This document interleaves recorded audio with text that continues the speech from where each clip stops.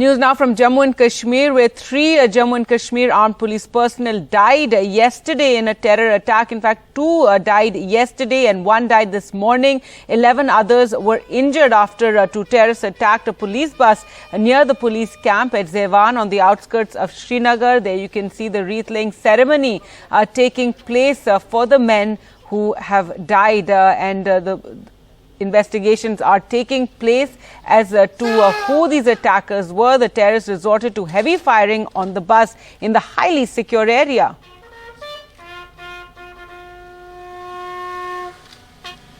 Well, let's go across to Nazir now for more. Nazir, very tragic to see the wreath-laying ceremony of the men who died in this terror attack. What is the latest that we know?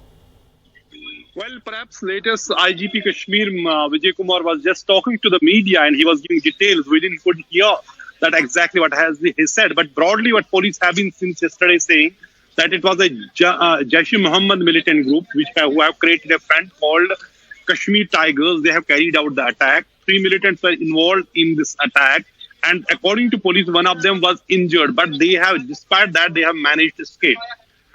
Just a while back, there was a wreath-laying ceremony here of Constable Ramiz, who died due to injuries. He was among the 14 police persons who were injured in this, one of the biggest attacks, the biggest attack in recent time in the last 3 years in Kashmir.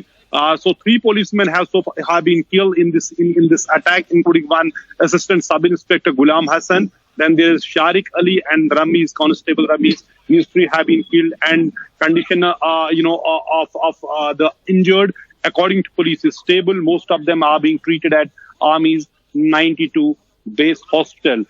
There have been many questions why this attack happened, despite the fact that you have a huge security grid around. There have been almost everyday encounters. Police have been saying that militant doesn't have that capacity to, carry out major. That is why they were, carrying out attacks on the soft targets like the migrant laborers. But we saw yesterday this big attack.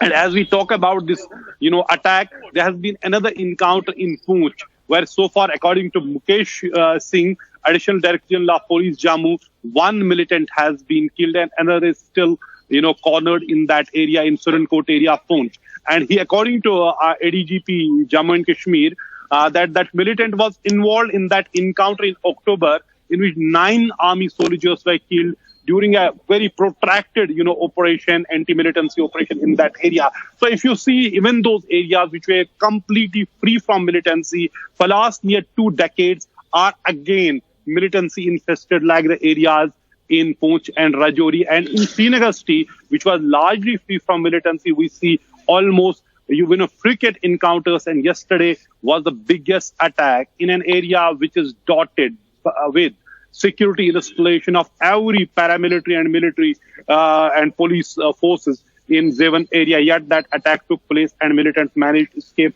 So it is the local, actually the policemen, the security forces, they bear the brunt of these attacks. And today 3 more policemen died. This is the second attack in 3 days.